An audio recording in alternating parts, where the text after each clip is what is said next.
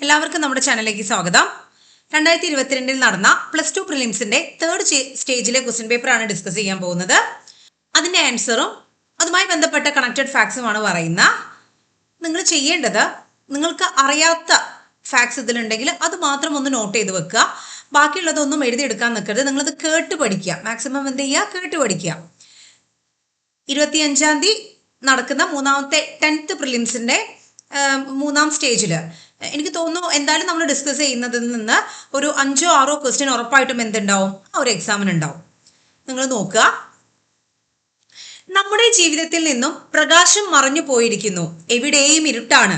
ആരുടെ മരണത്തെക്കുറിച്ചാണ് നെഹ്റുവിന്റെ ഈ വാക്കുകൾ? Option D, Mahatma Gandhi. നമ്മുടെ ജീവിതത്തിൽ നിന്നും പ്രകാശം മറഞ്ഞു പോയിരിക്കുന്നു, എവിടെയും ഇരുട്ടാണ്. ആരുടെ മരണത്തെക്കുറിച്ചാണ് നെഹ്റുവിന്റെ ഈ വാക്കുകൾ? ആരുടേതാണടാ? അത് മഹാത്മാഗാന്ധിയുടെ മരണത്തെക്കുറിച്ചാണ്. കൂടുതൽ നല്ലതാകുന്നത് അപകടകരമാണ്. കൂടുതൽ നല്ലതാകുന്നത് അപകടകരമാണ്. ഗാന്ധിജിയുടെ മരണവാർത്തയെ തുടർന്ന് ഇങ്ങനെ അഭിപ്രായപ്പെട്ടത് ജോർജ് ബെർണാഡ് ഷായാണ്. ഗാന്ധിജിയുടെ മരണത്തെ കുറിച്ചിട്ട് കൂടുതൽ നല്ലതാകുന്നത് അപകടകരമാണ് എന്ന് അഭിപ്രായപ്പെട്ടത് ജോർജ് ബെർണാഡ് ഷാ ആണ്. മരണത്തിന് മുന്നിൽ ഒരു അഭിപ്രായ വ്യത്യാസവുമില്ല. ഗാന്ധിജിയുടെ മരണത്തെ തുടർന്ന് ഇങ്ങനെ അഭിപ്രായപ്പെട്ടത് മുഹമ്മദ് അലി ജിന്നയാണ്.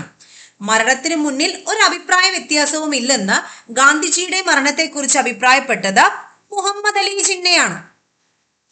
അടുത്ത ചോദ്യം നോക്കൂ. ഫ്രഞ്ച് അധിനിവേശ പ്രദേശമായ കാരയ്ക്കൽ ഇന്ത്യൻ യൂണിയനിൽ ചേർക്കപ്പെട്ട വർഷം 1954. ഫ്രഞ്ച് അധിനിവേശ പ്രദേശമായ കാരയ്ക്കൽ ഇന്ത്യൻ യൂണിയനിൽ ചേർക്കപ്പെട്ട വർഷം 1954. കേരളത്തിലെ ഫ്രഞ്ച് അധിനിവേശ പ്രദേശമായിരുന്ന മയ്യഴി, അതായത് മാഹിയുടെ വിമോചനത്തിനായിട്ട് നേതൃത്വം നൽകിയ സംഘടനയാണ് മയ്യഴി മഹാജനസഭ. മയ്യഴിയുടെ വിമോചനത്തിനായിട്ട് പ്രയത്നിച്ച സംഘടനയാണ് മയ്യഴി മഹാജനസഭ. ഇനി ഫ്രഞ്ച് അധിനിവേശ പ്രദേശങ്ങളായിരുന്ന പോണ്ടിച്ചേരി, യാനം, കാരയ്ക്കൽ, മാഹി എന്നിവ 1954 ഇന്ത്യൻ യൂണിയനിൽ ചേർക്കപ്പെട്ടത്. അപ്പൊ 1954 ഫ്രഞ്ച് അധിനിവേശ പ്രദേശങ്ങളായിട്ടുള്ള പോണ്ടിച്ചേരി, യാനം, കാരയ്ക്കൽ, മാഹി തുടങ്ങിയവ ഇന്ത്യൻ യൂണിയനിൽ ചേർക്കപ്പെട്ടു എന്ന് പഠിക്കാം. ആരുടെ അധ്യക്ഷതയിലാണ് മലബാർ ജില്ലാ കോൺഗ്രസിന്റെ പ്രഥമ സമ്മേളനം പാലക്കാട് വെച്ച് നടന്നത്? അപ്പൊ മലബാർ ജില്ലാ കോൺഗ്രസിന്റെ പ്രഥമ സമ്മേളനം എവിടെ വെച്ചാണ് നടന്നത്? അത് പാലക്കാട് വെച്ചാണ് നടന്നത്. അതിന്റെ അധ്യക്ഷതയിൽ ആരാണെന്നാ ചോദിക്കുന്നത്. ഉത്തരം ആരാണടാ? അത് ഓപ്ഷൻ സി, ആനി ബെസന്റ് ആണ്. മലബാർ ജില്ലാ കോൺഗ്രസിന്റെ പ്രഥമ സമ്മേളനത്തില് പാലക്കാട് വെച്ച് നടന്നതിൽ അധ്യക്ഷത വഹിച്ചത് ആനി ബെസന്റ് ആണ്. മലബാർ ജില്ലാ കോൺഗ്രസിന്റെ രണ്ടാമത്തെ സമ്മേളന വേദി കോഴിക്കോടായിരുന്നു. മലബാർ ജില്ലാ കോൺഗ്രസിന്റെ രണ്ടാമത്തെ സമ്മേളന വേദി കോഴിക്കോടായിരുന്നു. അപ്പം ആദ്യ സമ്മേളനം നടന്ന വർഷം, പാലക്കാട് വെച്ച് നടന്ന ആദ്യ സമ്മേളനം നടന്ന വർഷം 1916. രണ്ടാം സമ്മേളനം 1917 കോഴിക്കോട് വെച്ചാണ്. രണ്ടാം സമ്മേളനത്തിലെ അധ്യക്ഷൻ സർ CP രാമസ്വാമി അയ്യറാണ്. രണ്ടാം സമ്മേളനത്തിലെ അധ്യക്ഷൻ തിരുവിതാംകൂർ ദിവാനായിരുന്ന സർ CP രാമസ്വാമി അയ്യറാണ്. 1920 മഞ്ചേരിയിൽ വെച്ചായിരുന്നു അവസാന മലബാർ ജില്ലാ കോൺഗ്രസ് നടന്നത്. 1920 മഞ്ചേരിയിൽ വെച്ചാണ് മലബാർ ജില്ലാ കോൺഗ്രസിന്റെ അവസാന സമ്മേളനം നടന്നത്. Next question. അക്ബറുടെ കാലത്ത് മഹാഭാരത കഥ പൂർണ്ണമായി തയ്യാറാക്കിയ ചിത്രരൂപം ഏതാണ്? അത് രാസ്നാമയാണ്. അക്ബറുടെ കാലത്ത് മഹാഭാരത കഥ പൂർണ്ണമായി തയ്യാറാക്കിയ ചിത്രരൂപമാണ് രാസ്നാമ. വിജയനഗര സാമ്രാജ്യത്തിലെ പ്രാദേശിക ഭരണം അറിയപ്പെടുന്നത് അയ്യഗാർ എന്നാണ്. വിജയനഗര സാമ്രാജ്യത്തിലെ പ്രാദേശിക ഭരണം അറിയപ്പെടുന്നത് അയ്യഗാർ എന്നാണ്. മൺസൂൺ കാലത്തിന്റെ ആരംഭത്തിലോ അവസാനത്തിലോ അറബിക്കടലിൽ രൂപം കൊള്ളുന്ന പ്രതിഭാസമാണ് ചാകര. മൺസൂണിന്റെ ആരംഭത്തിലോ അവസാനത്തിലോ അറബിക്കടലിൽ രൂപം കൊള്ളുന്ന പ്രതിഭാസമാണ് ചാകര. ഇനി മൺസൂണിനെ പറ്റിയിട്ട് പ്രധാനമായും PSC ചോദിച്ചിരുന്ന ഒരു ക്വസ്റ്റ്യൻ ആണ്. ഇന്ത്യയുടെ യഥാർത്ഥ ധനമന്ത്രി എന്നറിയപ്പെടുന്നത് ആരാണ്? ഇന്ത്യയുടെ യഥാർത്ഥ ധനമന്ത്രി എന്നറിയപ്പെടുന്നത് ആരാണടാ? അത് മൺസൂൺ ആണ്. ഇനി ഇതുമായി ബന്ധപ്പെട്ട് നമ്മൾ കുറച്ച് കണക്റ്റഡ് ഫാക്ട്സ് നോക്കുകയാണെങ്കിൽ PC ചോദിക്കുന്ന ഒരു തരം ചോദ്യങ്ങളാണ്. കേരളം കർണാടക തീരങ്ങളിൽ മൺസൂണിന് മുമ്പ് പെയ്യുന്ന വേനൽ മഴ. കേരള കർണാടക തീരങ്ങളിൽ മൺസൂണിന് മുമ്പ് പെയ്യുന്ന വേനൽ മഴയാണ് മാംഗോ ഷവർ. ഏതാണടാ? കേരള കർണാടക തീരങ്ങളിൽ മൺസൂണിന് മുന്നേ പെയ്യുന്ന വേനൽ മഴയാണ് മാംഗോ ഷവർ. ഇനി ശൈത്യകാലത്ത് എങ്ങനെയാണ്? ശൈത്യകാലത്ത് മെഡിറ്ററേനിയൻ കടലിൽ രൂപം കൊള്ളുന്ന ശക്തമായ ന്യൂനമർദ്ദം കിഴക്കോട്ട് നീങ്ങി ഇന്ത്യയിലെത്തുന്ന കാലാവസ്ഥ പ്രതിഭാസമാണ് പശ്ചിമ അസ്വസ്ഥത.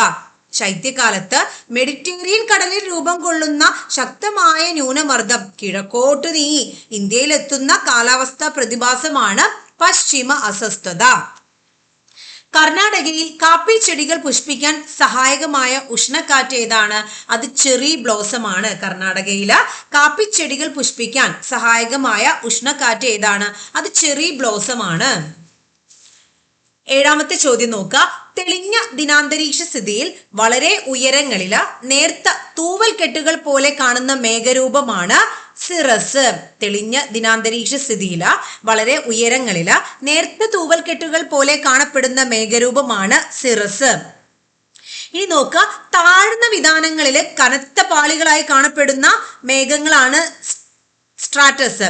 താഴ്ന്ന വിതാനങ്ങളിൽ കനത്ത പാളികളായി കാണപ്പെടുന്നത് സ്ട്രാറ്റസ് ആണ്. അപ്പൊ നിങ്ങൾ നോക്കൂ, വളരെ ഉയരങ്ങളിൽ നേർത്ത തൂവൽക്കെട്ടുകൾ ആണെങ്കിൽ സിറസും, അതിന്റെ തൊട്ടടുത്ത് വളരെ താഴ്ന്ന വിതാനങ്ങളിൽ കനത്ത പാളികളായി കാണപ്പെടുന്നത് സ്ട്രാറ്റസ് മേഘങ്ങളുമാണ്.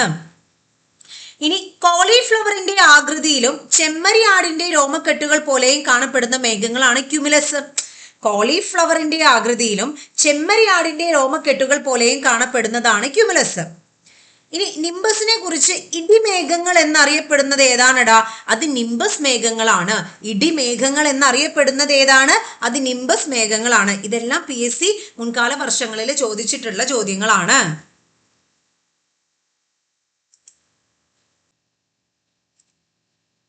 8ാമത്തെ ചോദ്യം. ആൽപ്സ് പർവ്വതനിര കടന്ന് വടക്കൻ താഴ്വാരത്തേക്ക് വീശുന്ന പ്രാദേശിക വാതകം.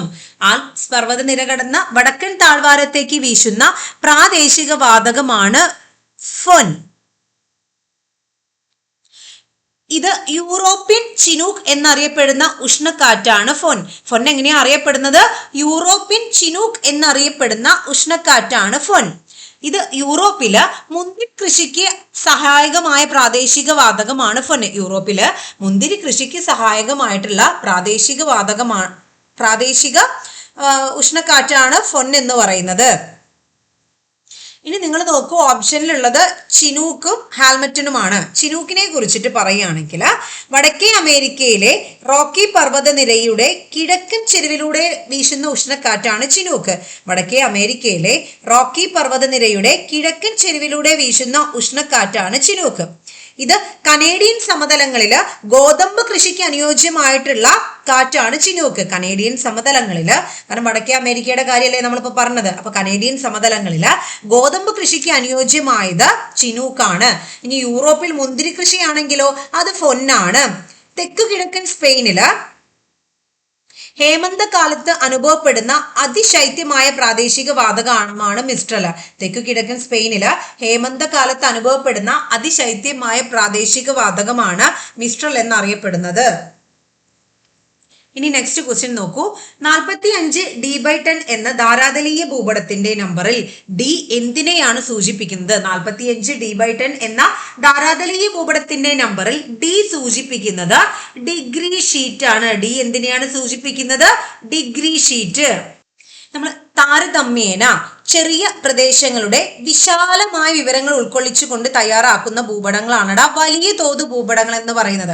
അതായത് നിങ്ങൾ നോക്കൂ, നമ്മൾ വലിയ തോത് ഭൂപടങ്ങൾ എന്ന് പറയുന്നത് ചെറിയ പ്രദേശങ്ങളുടെ ഓൾമോസ്റ്റ് എല്ലാ വിവരങ്ങളും, വിശദമായ വിവരങ്ങൾ കാണിക്കുന്ന ഭൂപടങ്ങളെയാണ് വലിയ തോത് ഭൂപടങ്ങൾ എന്നറിയപ്പെടുന്നത്. ഇതിന് ഉദാഹരണമാണ് കഡസ്ട്രൽ ഭൂപടവും ധാരാതലീയ ഭൂപടവും. ഇതിന് ഉദാഹരണം ഏതൊക്കെയാണടാ? വലിയ തോത് ഭൂപടങ്ങൾക്ക് ഉദാഹരണമാണ് കഡസ്ട്രൽ ഭൂപടവും ധാരാതലീയ ഭൂപടവും. ഇനി ഈ ധാരാതലീയ ഭൂപടം എന്തിനാണ് ഉപയോഗിക്കുന്നത്? പ്രകൃതിദത്തവും മനുഷ്യനിർമ്മിതവുമായ എല്ലാ സവിശേഷതകളും വളരെ വിശദമായി ചിത്രീകരിക്കുന്ന ഭൂപടങ്ങളാണ് ധാരാതലീയ ഭൂപടങ്ങൾ. ഇങ്ങനെ പ്രകൃതിദത്തവും മനുഷ്യനിർമ്മിതവുമായിട്ടുള്ള എല്ലാ സവിശേഷതകളെയും വളരെ വിശദമായി ചിത്രീകരിക്കുന്നതാണ് ധാരാതലീയ ഭൂപടങ്ങൾ. ഇനി കഡസ്ട്രൽ ഭൂപടമാണെങ്കിലോ നമ്മൾ ഭൂനികുതി കണക്കാക്കുന്നതിനും ഉടമസ്ഥാവകാശം സൂചിപ്പിക്കുന്നതിനും ഉപയോഗിക്കുന്ന ഭൂപടങ്ങളാണ്. ഭൂനികുതി കണക്കാക്കാനും ഉടമസ്ഥാവകാശം സൂചിപ്പിക്കുന്നതിനും ഒക്കെ ഉപയോഗിക്കുന്ന ഭൂപടമാണ് ഇത്. ഗ്രാമഭൂപടങ്ങൾ കഡസ്ട്രൽ ഭൂപടത്തിന് ഉദാഹരണമാണ്. നമ്മുടെ ഗ്രാമഭൂപടങ്ങള് കഡസ്ട്രൽ ഭൂപടത്തിന് ഉദാഹരണമാണ്. 10ാമത്തെ ചോദ്യം, ഉത്തർപ്രദേശിലെ പ്രധാന ആണവോർജ നിലയം. ഉത്തർപ്രദേശിലെ പ്രധാന ആണവോർജ നിലയമാണ് നറോറ. ഉത്തർപ്രദേശിലെ പ്രധാന ആണവോർജ നിലയമാണ് നറോറ. നിങ്ങൾ നോക്കൂ, താരാപൂർ. താരാപൂർ എവിടത്തേതാണ്? താരാപൂർ മഹാരാഷ്ട്രയിലെ ആണവ നിലയമാണ്. താരാപൂർ മഹാരാഷ്ട്രയിലെ ആണവ നിലയമാണ്. കൽപ്പാക്കം കൂടംകുളം എവിടെയാണടാ? തമിഴ്നാട്ടിലാണ്. കൽപ്പാക്കവും കൂടംകുളവും തമിഴ്നാട്ടിലാണ്. കൈഗ കർണാടകത്തിലേതാണ്. കൈഗ എവിടെയാണ്? കർണാടകത്തിലേതാണ്. മറ്റ് പ്രധാന ആണവ നിലയങ്ങളാണ് റാവത് ഭട്ട കോട്ട എന്നൊക്കെ അറിയപ്പെടുന്നത് എവിടെയാണ്? അത് രാജസ്ഥാനിലാണ്. റാവത് ഭട്ട രാജസ്ഥാനിലാണ്. കക്രപ്പാറ പറയുന്ന പോലെ തന്നെ എവിടെയാണ്? ഗുജറാത്തിലാണ്. കക്രപ്പാറ എവിടെയാണ്? ഗുജറാത്തിലാണ്. ഇനി നിങ്ങൾ നോക്കുക, 11ാമത്തെ ചോദ്യമാണ്, അറ്റോർണി ജനറലുമായി ബന്ധപ്പെട്ട തെറ്റായ പ്രസ്താവനകൾ ഏതാണ്? അറ്റോർണി ജനറലുമായി ബന്ധപ്പെട്ട് തെറ്റായ പ്രസ്താവനകളാണ് ചോദിച്ചിട്ടുള്ളത്. ഇന്ത്യയിലെ 1ാമത്തെ നിയമ ഓഫീസറാണ്. അത് ശരിയായിട്ടുള്ള ഫാക്റ്റാണ്. ഇന്ത്യയിലെ 1ാമത്തെ നിയമ ഓഫീസറാണ് ഇദ്ദേഹം. പാർലമെന്റിലെ അംഗമല്ലെങ്കിൽ പോലും പാർലമെന്റിൽ പങ്കെടുക്കാൻ കഴിയും. അതും ശരിയാണ്. രാഷ്ട്രപതിയാണ് അറ്റോർണി ജനറലിനെ നിയമിക്കുന്നത്. അതും ശരിയാണ്. പാർലമെന്റ് അംഗമല്ലാത്തതിനാൽ പാർലമെന്റിൽ പങ്കെടുക്കാൻ അവകാശമില്ല. നമ്മൾ ആ ഓപ്ഷൻ ആദ്യമേ ശരിയാന്ന് പറഞ്ഞല്ലോ. പാർലമെന്റിൽ അംഗമല്ലെങ്കിൽ പോലും ഇദ്ദേഹത്തിന് പാർലമെന്റിൽ പങ്കെടുക്കാൻ സാധിക്കും. മറ്റു ഫാക്ട് ഏതാണ് നമുക്ക് പറയാനുള്ളത്? സംയുക്ത സമ്മേളനങ്ങളിൽ, അതായത് പാർലമെന്റ് അംഗമല്ലെങ്കിൽ പോലും സംയുക്ത സമ്മേളനങ്ങളിൽ പങ്കെടുക്കുന്ന ഒരേ ഒരു വ്യക്തിയാണ് ആര്? Attorney general.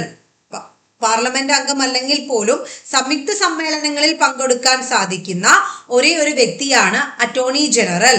ഇനി കേന്ദ്ര സർക്കാരിന് വേണ്ടിയിട്ട് സുപ്രീം കോടതിയിൽ കേസുകൾ അപ്പിയർ ചെയ്യുന്നത് ആരാണ്?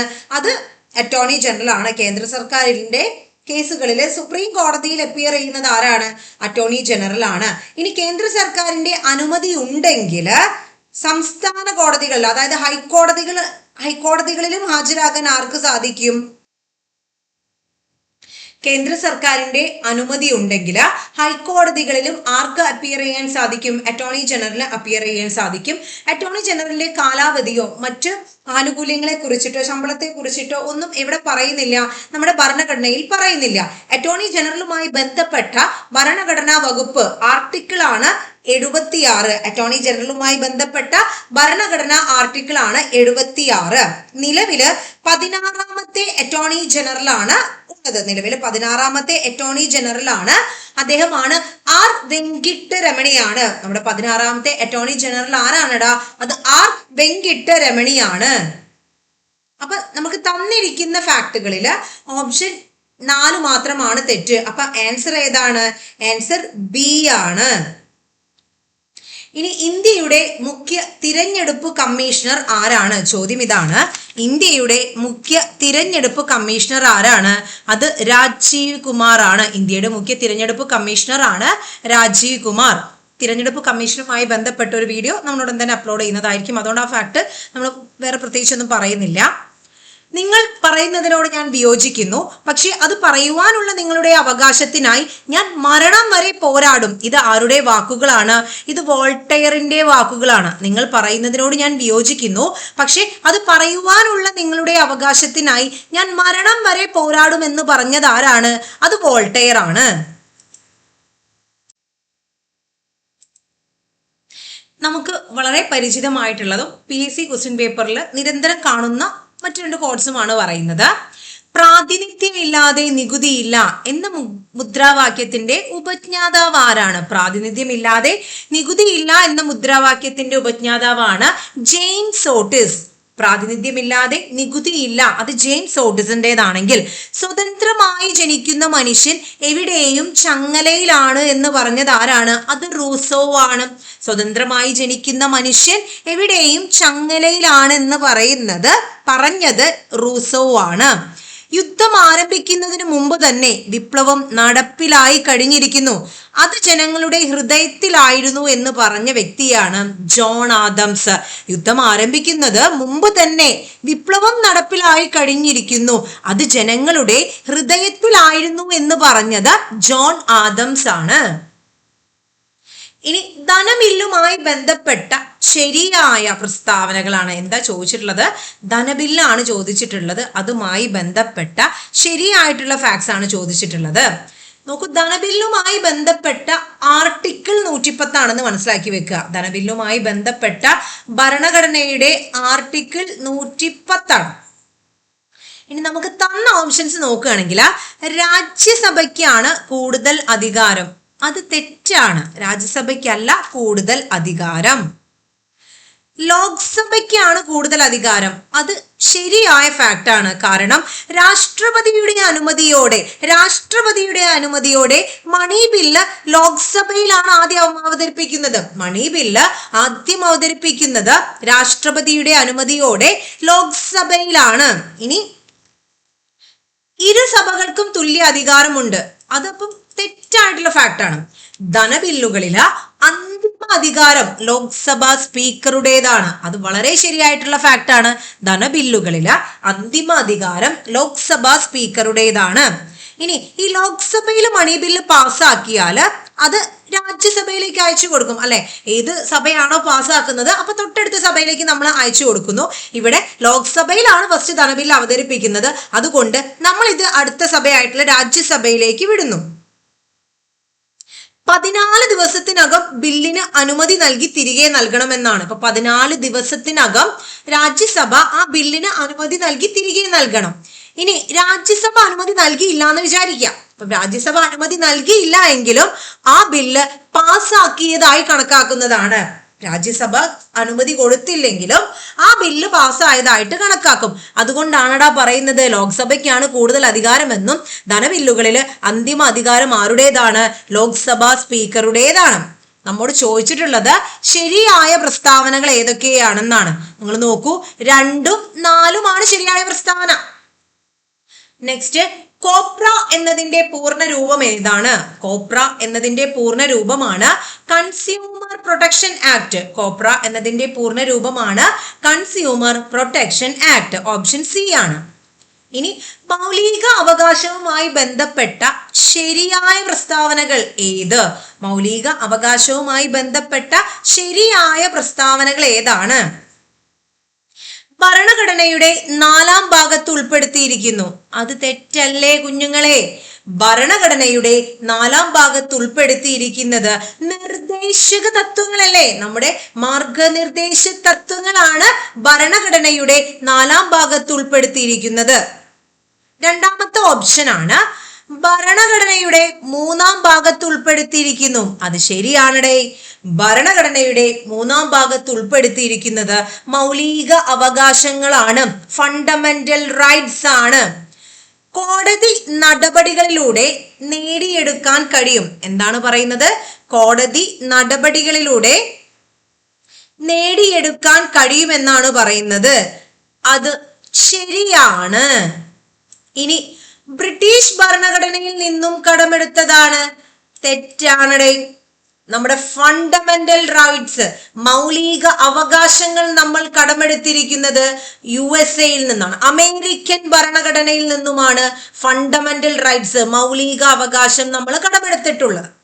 അപ്പൊ തന്നിരിക്കുന്ന ഓപ്ഷനിൽ ശരിയായത് 2ഉം 3ഉമാണ്. ഓപ്ഷൻ ഡി 2ഉം 3ഉമാണ് ശരിയായിട്ടുള്ള വസ്തുതകൾ.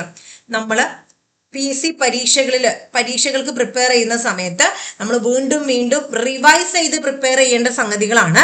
കോൺസ്റ്റിറ്റ്യൂഷനിൽ മൗലിക അവകാശങ്ങൾ, അതേപോലെ പൗരത്വം, പിന്നെ പ്രധാനമായിട്ടുള്ളതാണ് നമ്മൾ കടമെടുത്ത വിഷയങ്ങൾ. അതായത് നമ്മുടെ ഭരണഘടനയിലേക്ക് നമ്മൾ ഭരണഘടന ഉണ്ടാക്കുന്ന സമയത്ത് ഓരോ രാജ്യത്തു നിന്നും കുറെ കാര്യങ്ങൾ കടമെടുത്തിട്ടുണ്ട്. അപ്പൊ ആ വസ്തുതകളൊക്കെ നമ്മൾ എന്ത് ചെയ്യണം? നിർബന്ധമായിട്ടും പഠിക്കണം. നമ്മുടെ 10th പ്രിലിമിനറിയുടെ സെക്കൻഡ് ഫേസിൽ മൗലിക അവകാശവുമായി ബന്ധപ്പെട്ട ക്വസ്റ്റ്യൻ ഒക്കെ ചോദിച്ചിട്ടുണ്ട്. ഗാർഹിക പീഡന നിരോധന നിയമം പാസാക്കിയ വർഷം ഏതാണടാ?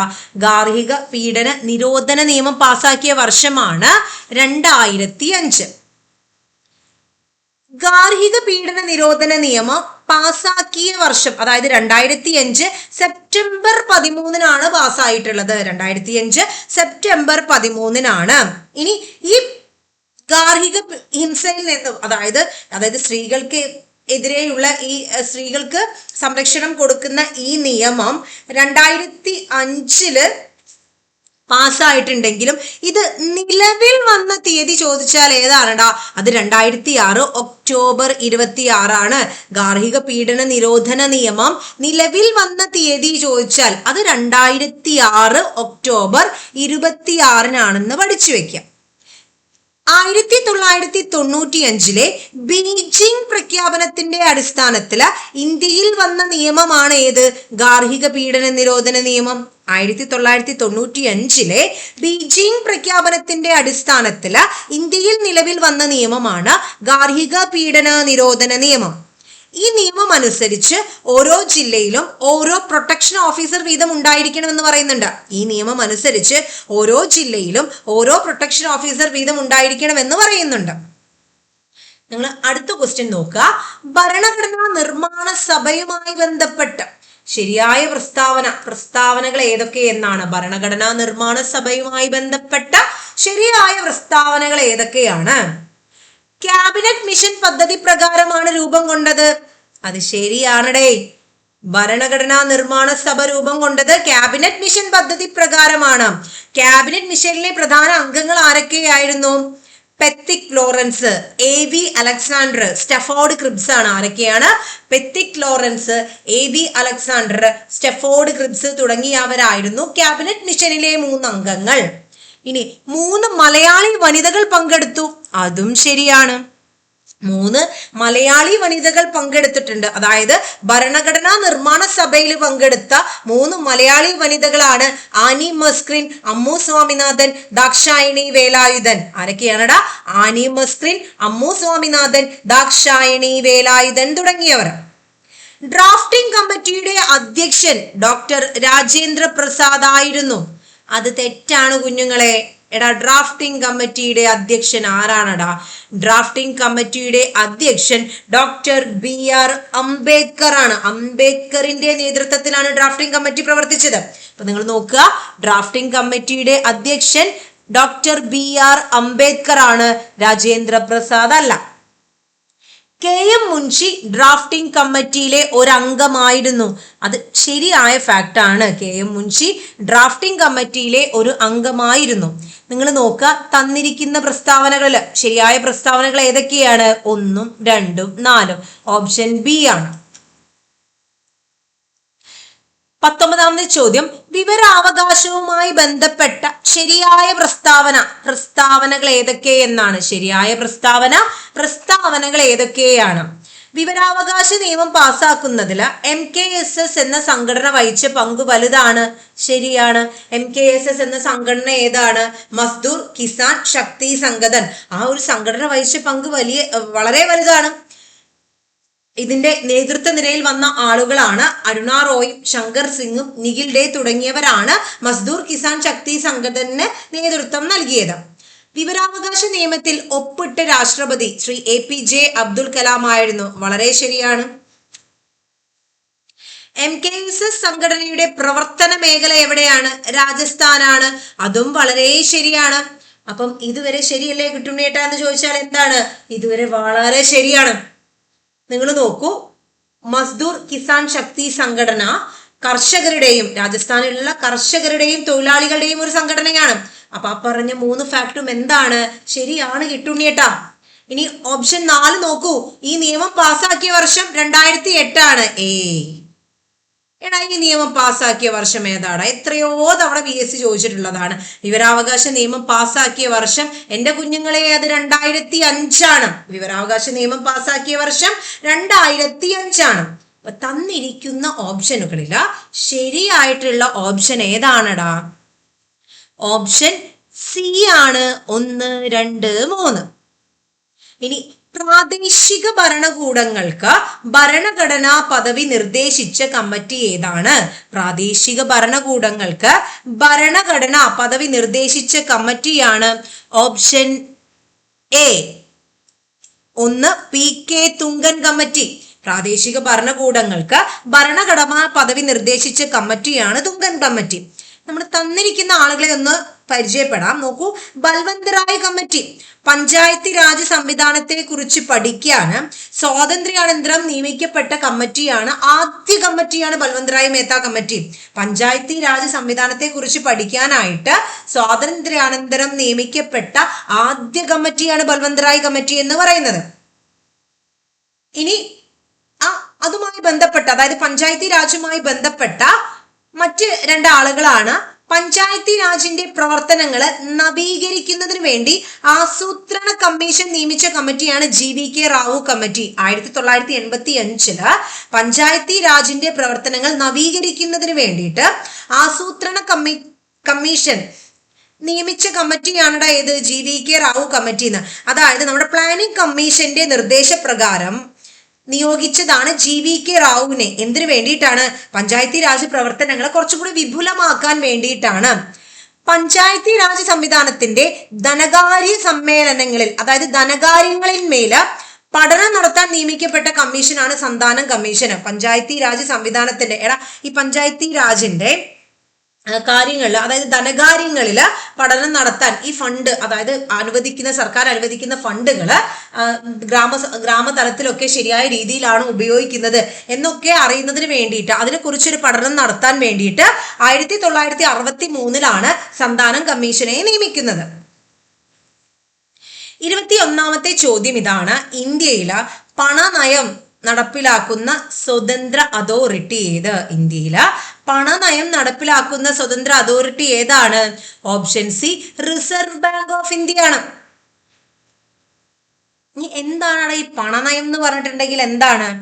അതായത് പണത്തിന്റെ അളവ്, ലഭ്യത, പലിശ എന്നിവയിൽ മാറ്റം വരുത്തുന്നതിന് വേണ്ടിയിട്ട് കേന്ദ്ര ബാങ്ക് ബോധപൂർവം കൈക്കൊള്ളുന്ന നടപടികളാണ് പണനയം എന്ന് പറയുന്നത്. അതായത് റിസർവ് ബാങ്ക് പണത്തിന്റെ അളവ്, ലഭ്യത, പലിശ ഇവയിലൊക്കെ മാറ്റം വരുത്തുന്നതിന് വേണ്ടിയിട്ടാണ് എന്ത് ചെയ്യുന്നത്? പണനയം നടപ്പിലാക്കുന്നത്. അതായത് നമുക്ക് അപ്പം റെലവൻ്റ് ആയിട്ടുള്ള എക്കണോമിക് സിറ്റുവേഷൻ അനുസരിച്ചിട്ട് നമ്മൾ എന്ത് ചെയ്യുന്നുണ്ട്?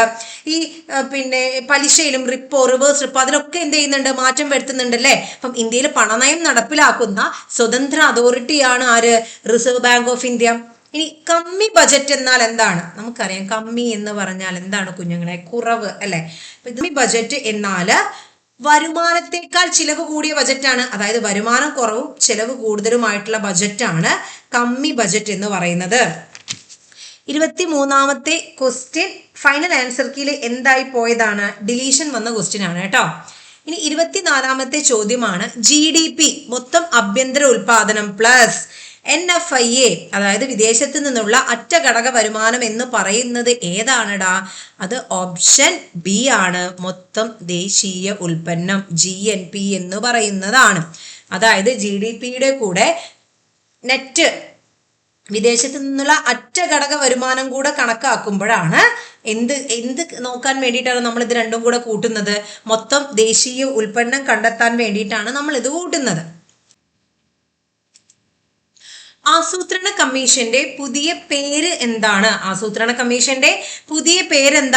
ഓപ്ഷൻ സി നീതി ആയോഗ് ആണ്. ആസൂത്രണ കമ്മീഷന്റെ പുതിയ പേരാണ് നീതി ആയോഗ്. ഇത് നിലവിൽ വന്നത് 2015 ജനുവരി 1 നീതി ആയോഗ് അതിന്റെ ഫുൾ ഫോം ഒരുപാട് പ്രാവശ്യം PSC ചോദിച്ചിട്ടുണ്ട്. National institution for transforming India. നീതി ആയോഗിന്റെ അധ്യക്ഷൻ ആരായിരിക്കും എടാ? അത് പ്രധാനമന്ത്രിയാണ്. നീതി ആയോഗിന്റെ അധ്യക്ഷൻ എപ്പോഴും എന്താണ്? പ്രധാനമന്ത്രിയാണ്. നിലവിലെ ഉപാധ്യക്ഷൻ ആരാണ്? അത് സുമൻ ബറിയാണ്. നിലവില് നീതി ആയോഗിന്റെ ഉപാധ്യക്ഷൻ സുമൻ ബറിയും നിലവില് നീതി ആയോഗിന്റെ CEO BVR സുബ്രഹ്മണ്യവുമാണ്. നിലവില് നീതി ആയോഗിന്റെ CEO BVR സുബ്രഹ്മണ്യവുമാണ്.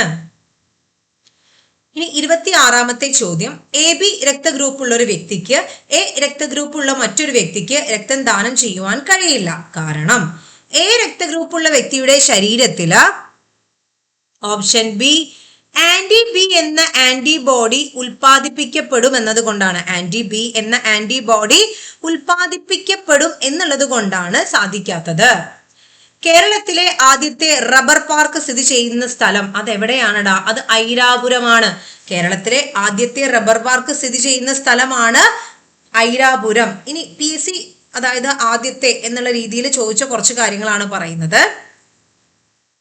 കേരളത്തിലെ ആദ്യ ജൈവ ഗ്രാമം അത് ഇടുക്കിയിലെ ഉടുമ്പന്നൂരാണ്. കേരളത്തിലെ ആദ്യ ജൈവ ഗ്രാമം ഇടുക്കിയിലെ ഉടുമ്പന്നൂരാണ്. ഇന്ത്യയിലെ ആദ്യ സീ ഫുഡ് പാർക്ക് ആലപ്പുഴയിലെ അരൂർ. ഇന്ത്യയിലെ ആദ്യ സീ ഫുഡ് പാർക്കാണ് ആലപ്പുഴയിലെ അരൂർ. കേരളത്തിലെ ആദ്യ ജൈവ വൈവിധ്യ പൈതൃക കേന്ദ്രം ഏതാണടാ? ജൈവ വൈവിധ്യ പൈതൃക കേന്ദ്രമാണ് ആശ്രാമം കണ്ടൽ വനം. അതെവിടെയാണടാ? അത് കൊല്ലത്താണ്. മത്സ്യങ്ങളിലെ ഹൃദയത്തിന്റെ അറകളുടെ എണ്ണം എത്രയാണടാ? ഓപ്ഷൻ സി 2 ഈ ഹൃദയ അറകളുടെ എണ്ണം ഉണ്ടല്ലോ, അത് മനുഷ്യരിലും മറ്റു ചില ജീവികളിലും PSC ഇങ്ങനെ മാറി മാറി ചോദിക്കുന്നതാണ്. അപ്പൊ ഇവിടെ ചോദിച്ചത് എന്താണ്? മത്സ്യങ്ങളുടെ ഹൃദയ അറകളാണ്, അത് 2. ഇനി നമുക്ക് പഠിക്കാം പാറ്റയുടെ ഹൃദയത്തിലെ അറകളുടെ എണ്ണം എത്രയാണടാ? അത് വളരെ കുറവാണടാ, 13 അറകളുണ്ട്. പാറ്റയുടെ ഹൃദയത്തിന് എത്ര അറകളുണ്ട്? 13 അറകൾ. ഇനി പല്ലിക്ക് എത്ര അറകളാണുള്ളത്? 3 അറകൾ. പല്ലിക്ക് എത്ര അറകളാണുള്ളത്? 3. മുതലയ്ക്കാണെങ്കിലോ 4 അറകളുണ്ട്. മുതലയ്ക്ക് എത്ര അറകളാണുള്ളത്? 4. പക്ഷികൾക്ക് എത്ര അറകളാണുള്ളത്? 4 അറകൾ. പക്ഷികൾക്ക് എത്ര അറകളാണ്? 4. മനുഷ്യ ഹൃദയത്തിന് എത്ര അറകളുണ്ട്? അതും എത്രയാണ് കുഞ്ഞുങ്ങളെ? അത് 4. ഇനി നെക്സ്റ്റ് ക്വസ്റ്റ്യൻ നോക്കുക. ഇന്ത്യയിലെ CDRI ലക്നൗ നിർമ്മിച്ച സ്ത്രീകൾക്കായുള്ള ഗർഭനിരോധന ഉപാധിയാണ് സഹേലി. നെക്സ്റ്റ്, ജൈവ വൈവിധ്യ മേഖലകളിലെ ഹോട്ട്സ്പോട്ടുകൾ എന്ന ആശയം രൂപകൽപ്പന ചെയ്ത ശാസ്ത്രജ്ഞനാണ് നോർമൻ മേയർ. അപ്പം ഹോട്ട്സ്പോട്ടുകൾ, ജൈവ വൈവിധ്യ മേഖലകളിലെ ഹോട്ട്സ്പോട്ട് എന്ന ആശയം ആരുടേതാണ്? നോർമൻ മേയറിൻ്റെതാണ്. ഒരു ചില്ലുപാത്രത്തിലേക്ക് ചൂടുവെള്ളം ഒഴിക്കുമ്പോൾ അത് പൊട്ടിപ്പോവാൻ കാരണം എന്താണ്? ചില്ലുപാത്രത്തിന്റെ താപചാലകത കുറവായതിനാലാണ്. ചില്ലുപാത്രത്തിലേക്ക് ചൂടുവെള്ളം ഒഴിക്കുമ്പോൾ അത് പൊട്ടിപ്പോവാൻ കാരണം.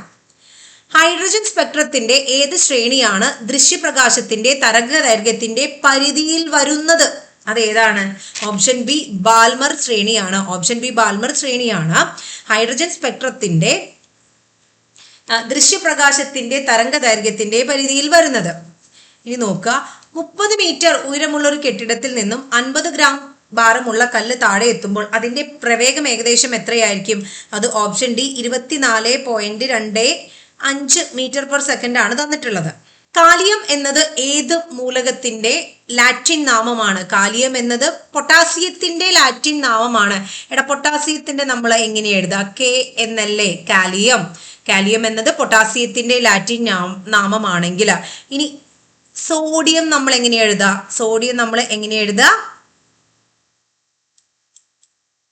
Na ആണല്ലേ. സോഡിയത്തിന്റെ ലാറ്റിൻ നാമമാണ് നാട്രിയം എന്ന് പറയുന്നത്.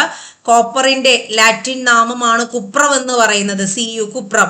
അയേണിന്റെ ലാറ്റിൻ നാമമാണ് ഫെറം, Fe ആണ്, ഫെറം, Fe.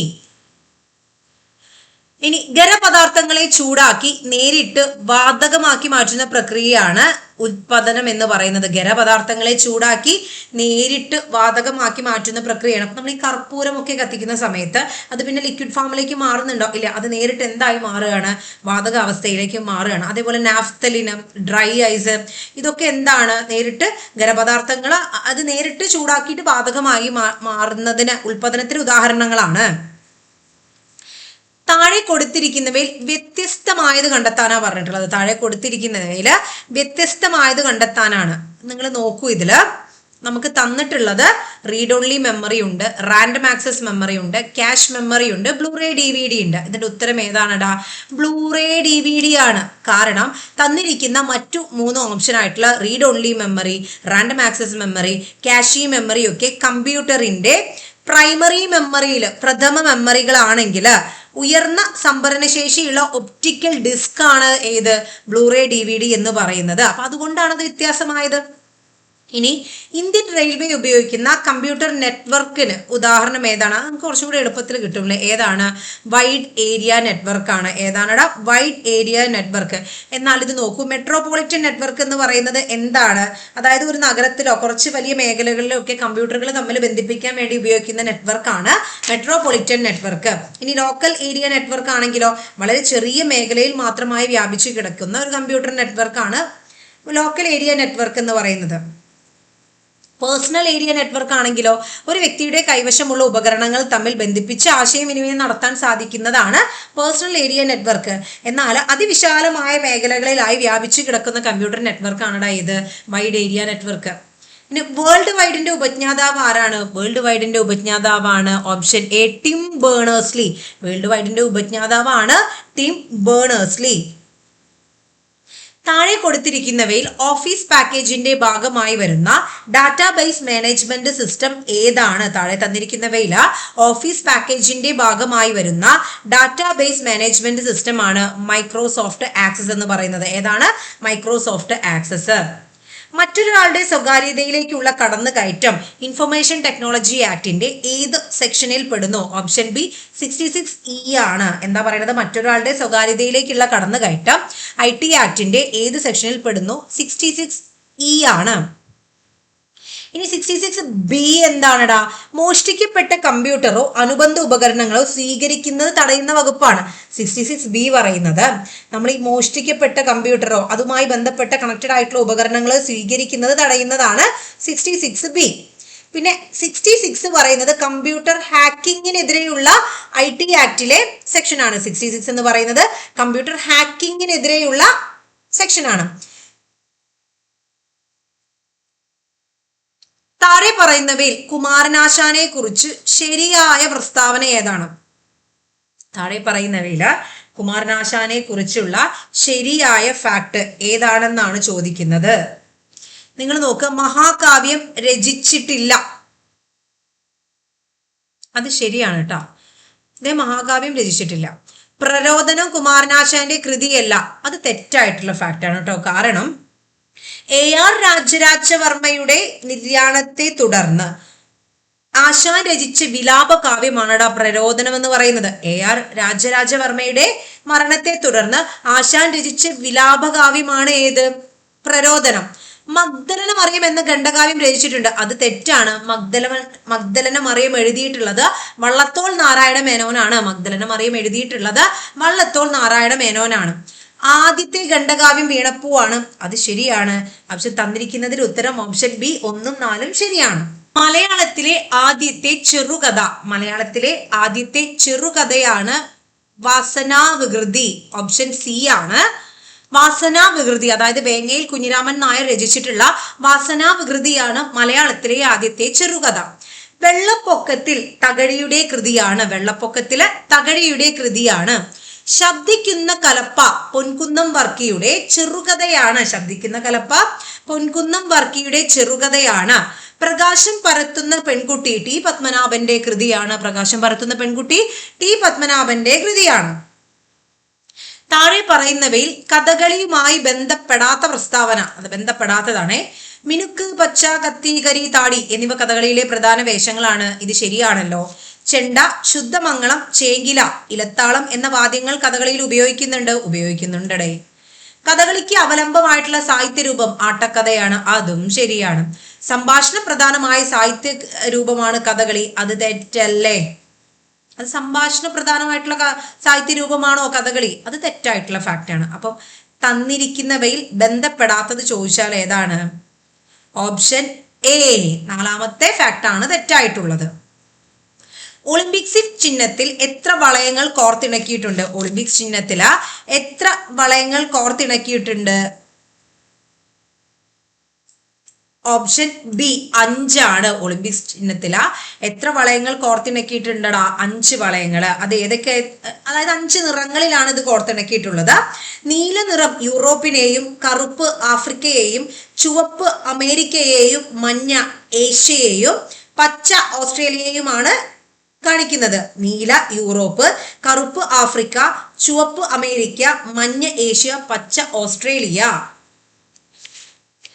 കേരള ഫോക്ലോർ അക്കാദമിയുടെ ആസ്ഥാനം എവിടെയാണ്? കേരള ഫോക്ലോർ അക്കാദമിയുടെ ആസ്ഥാനം കണ്ണൂരാണ്. ഓപ്ഷൻ ഡി ആണ് ഓപ്ഷൻ തന്നിട്ടുള്ളത്, കണ്ണൂരാണ്. ഇങ്ങനെയുള്ള ചോദ്യങ്ങൾ നിങ്ങൾ വളരെയധികം ശ്രദ്ധിക്കണേ. കാരണം ഓപ്ഷൻ ചെയ്യുന്ന സമയത്ത് നിങ്ങൾ നോക്ക്, 1 തിരുവനന്തപുരം, 2 തൃശ്ശൂർ, 3 കണ്ണൂർ, 4 കൊച്ചി. അപ്പൊ നമ്മുടെ മനസ്സിൽ മൈൻഡിൽ ഉണ്ടാവുക എന്തായിരിക്കും അറിയാം? എക്സാം ഹാളില് ഓപ്ഷൻ സി ആണ് കണ്ണൂർ എന്നാണ് വരിക. പക്ഷെ ഓപ്ഷൻ 3 കിടക്കുന്നത് എവിടെയാണ്? ഡിയിലാണ് കിടക്കുന്നത്. നമ്മൾ കറപ്പിക്കുമ്പോൾ മാറിപ്പോവും. അപ്പം ഓപ്ഷൻ ഒന്ന് വളരെ ഇങ്ങനെ നമ്പറൊക്കെ തരുന്നുണ്ടെങ്കിലും സ്റ്റേറ്റ്മെന്റിൽ ഇങ്ങനെ 1, 2 അങ്ങനെ റോമൻ നമ്പർ തരുമ്പോഴും നിങ്ങൾ വളരെ ശ്രദ്ധിച്ചിട്ട് വേണേ ഉത്തരം ചെയ്യാൻ. അതായത് നമുക്ക് വളരെ വ്യക്തമായിട്ട് അറിയുന്ന ഫാക്റ്റ് ആയിരിക്കും, പക്ഷെ നമ്മളത് കറക്കുന്ന സമയത്ത്, അതായത് ഓപ്ഷനിൽ നമ്മൾ അശ്രദ്ധ കൊണ്ട് നമുക്ക് തെറ്റിപ്പോകരുത് ഒരിക്കലും. ശ്രീനാരായണ ഗുരു ഓപ്പൺ സർവകലാശാലയുടെ ആദ്യത്തെ വൈസ് ചാൻസലർ ആരാണെന്നാണ് ചോദിച്ചിട്ടുള്ളത്. ശ്രീനാരായണ ഗുരു ഓപ്പൺ സർവകലാശാലയുടെ ആദ്യത്തെ vice chancellor doctor PM Mubarak പാഷയാണ്. ഓപ്ഷൻ ബി ആണ്. അത് ഡോക്ടർ PM മുബാറക് പാഷയാണ്. Option B. നിലവില് ശ്രീനാരായണ ഗുരു ഓപ്പൺ സർവകലാശാലയുടെ നിലവിലെ വൈസ് ചാൻസലറാണ് ജഗതി രാജ് VP. ആരാണടാ? Jagathy Raj VP. Thomas cup ഏത് കളിയുമായി ബന്ധപ്പെട്ടതാണ്? തോമസ് കപ്പ് ഏത് കളിയുമായി ബന്ധപ്പെട്ടതാണ്? ബാഡ്മിന്റൺ ആണ്. തോമസ് കപ്പ് ബാഡ്മിന്റണുമായി ബന്ധപ്പെട്ടതാണ്. പറക്കും സിംഗ് എന്നറിയപ്പെടുന്ന ഒളിമ്പ്യൻ മിൽഖ സിംഗ് അന്തരിച്ചത് ഏത് വർഷമാണ്? പറക്കും സിംഗ് എന്നറിയപ്പെടുന്ന മിൽഖ സിംഗ് അന്തരിച്ചത് ഏത് വർഷമാണ്? 2021. ഓപ്ഷൻ സി ആണ്. 2021 മിൽഖ സിംഗ് അന്തരിച്ചത്. അമേരിക്കയുടെ എത്രാമത്തെ പ്രസിഡന്റ് ആണ് ജോ ബൈഡൻ? അമേരിക്കയുടെ എത്രാമത്തെ പ്രസിഡന്റ് ആണടാ ജോ ബൈഡൻ? അമേരിക്കയുടെ 46ാമത്തെ പ്രസിഡന്റ് ആയിരുന്നു ജോ ബൈഡൻ. അമേരിക്കയുടെ 46ാമത്തെ പ്രസിഡന്റ് ആയിരുന്നു ജോ ബൈഡൻ. അത് ഓപ്ഷൻ എ ആണ്. എന്നാൽ നിങ്ങൾ നോക്കൂ, നിലവില് അതായത് ഈ മാസം ജനുവരി 20 സ്ഥാനമേൽക്കാൻ പോകുന്ന 47ാമത്തെ അമേരിക്കയുടെ പ്രസിഡന്റ് ആരാണടാ? അത് ഡൊണാൾഡ് ട്രംപ് ആണ്. അല്ലെ, ആരാണ്? Donald Trump. 2021 എഴുത്തച്ഛൻ പുരസ്കാരം ലഭിച്ചതാർക്ക്? 2021 എഴുത്തച്ഛൻ പുരസ്കാരം ലഭിച്ചതാർക്ക് എന്നാണ് നമ്മൾ ഈ ആൻസർ പറയുന്നതിന് മുമ്പ് അല്ലെ, കേരളത്തില് നൽകുന്ന അതായത് സമഗ്ര സംഭാവനയ്ക്ക് നൽകുന്ന ഏറ്റവും പരമോന്നതമായിട്ടുള്ള സാഹിത്യ പുരസ്കാരമാണ് എഴുത്തച്ഛൻ പുരസ്കാരം. ഇത് 1993 മുതലാണ് കൊടുത്തു തുടങ്ങിയത്. നിലവില് 5 ലക്ഷം രൂപയാണ് സമ്മാനത്തുക. ഈ ക്വസ്റ്റ്യൻ 2022 ഞാൻ പറഞ്ഞിട്ടുണ്ട്. അപ്പം അന്ന് അല്ലെ, അതായത് 2021 എഴുത്തച്ഛൻ പുരസ്കാരം ലഭിച്ചത് പി വത്സലയ്ക്കാണ്. 2021 എഴുത്തച്ഛൻ പുരസ്കാരം ലഭിച്ചത് പി വത്സലയ്ക്കാണ്. 2022 അത് സേതുവിനാണ് ലഭിച്ചത്. സേതു. 2023 SK വസന്തനാണ് ലഭിച്ചിട്ടുള്ളത്. 2023 SK വസന്തനാണ് ലഭിച്ചിട്ടുണ്ടെങ്കിൽ കറണ്ട് ജേതാവ്, അതായത് 2024 ജേതാവാണ് NS മാധവൻ. 2024 NS മാധവനാണ് എഴുത്തച്ഛൻ പുരസ്കാരം ലഭിച്ചിട്ടുള്ളതെന്നും പഠിക്കുക.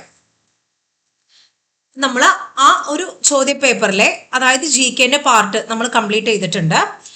എനിക്ക് ഉറപ്പിച്ച് പറയാൻ സാധിക്കും ഇതിൽ നിന്ന് നിങ്ങൾക്ക് ഒരു 5 ക്വസ്റ്റ്യൻ എങ്കിലും ഇതുമായി കണക്റ്റഡ് ആയിട്ട് വരും. കാരണം നമ്മൾ ഫണ്ടമെന്റൽ റൈറ്റ്സ് ഒക്കെ ഈ തവണത്തെ പ്രിലിംസിന്റെ ക്വസ്റ്റ്യൻ പേപ്പറിലും ഉള്ളതാണ്. ഗാർഹിക പീഡനം ഇതൊക്കെ കയറി വരാൻ സാധ്യതയുള്ള ക്വസ്റ്റ്യൻസ് ആണ്.